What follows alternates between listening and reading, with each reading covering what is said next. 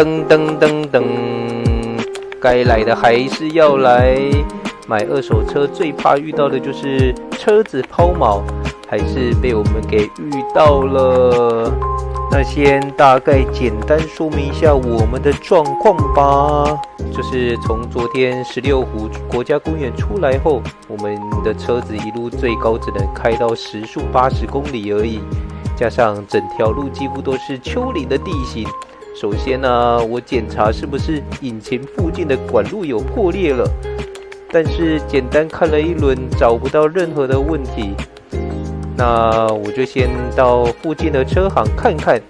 那在这个乡下地方呢，怎么找都找不到大型的车行，也问了好几家，但是看到我们是大车就直接拒绝了。直到最后的这间车行，我算是被他们坑了，被摆了一道。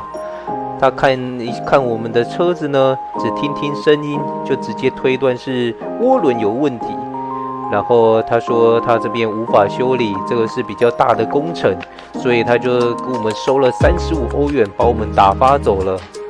那由于我们下一个城市还需要开200公里远，我也再三的跟这个老板确定我们的车是不是有办法开得到200公里。他说这目前还可以开的，我们就赶快开过去吧。既然老板这样讲，我就也想说那就这样慢慢的开吧。结果呢，我们就这样慢慢的开，一路开到了这里了。就在最后一段山路这边呢，终于过不去了。幸好这边已经是接近了城市，最近的一间车行呢，只要在15分钟的车程。但是我们的车子已经撑不下去啦，在平路只剩下时速20公里，稍微有一点点上坡就爬不上去了，最终还是得找拖车来帮忙啊。所以呢，就现在的这个画面，看一下香香，她在旁边幸灾乐祸，她都不知道老爸看着爱车上拖车，其实我的心都在淌血啊。上拖车后原来他们也是用像我在绑机车的那种绳索固定的。看一下我的车子，刚好轮子就在最尾端了，然后屁股还露在外面，看着都是有点胆战心惊的。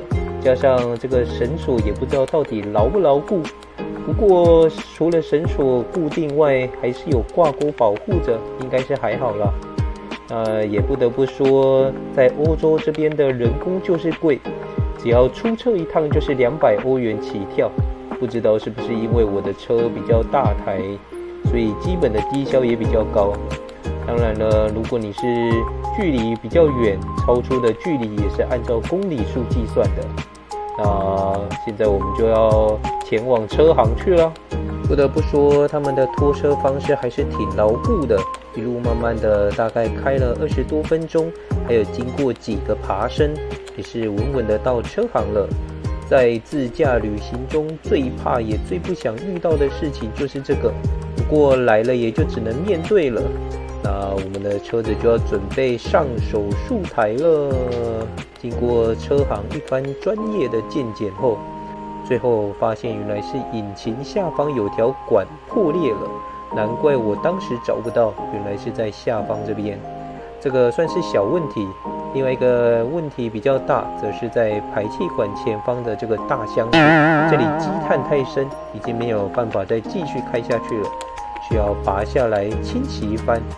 幸好都不是伤到引擎的大问题啊，所以我才说前面那家车行很不专业，被坑钱了，根本就不是涡轮的问题。最后说说这家车行，他们非常的专业，收费也实在。原本他说可能会需要隔天早上才可以取车，结果在他们下班之前就帮我们修好了。而且他们下午的休息时间，我们的修车师傅去买麦当劳的冰淇淋，还不忘帮我们3个人各带一份。而且在这之前就已经给过香香冰棒了，这也是香香第一次吃冰，吃到说吃不下了，蛮好笑的。所以他们的服务算是非常的好。车子又回来了，我这几天快要被吓死了，还以为是引擎出了问题。如果是引擎出了问题，就真的问题很大了。我还以为我们真的要换那个涡轮，换一个涡轮的话，我想至少3000块跑不掉吧，3000欧元跑不掉。还好，只是小问题而已，并不是换涡轮的这种大问题。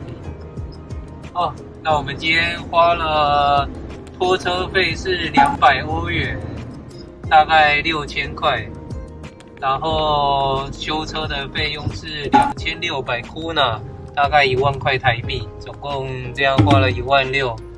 希望花了这16000，车子就可以正常的运作了。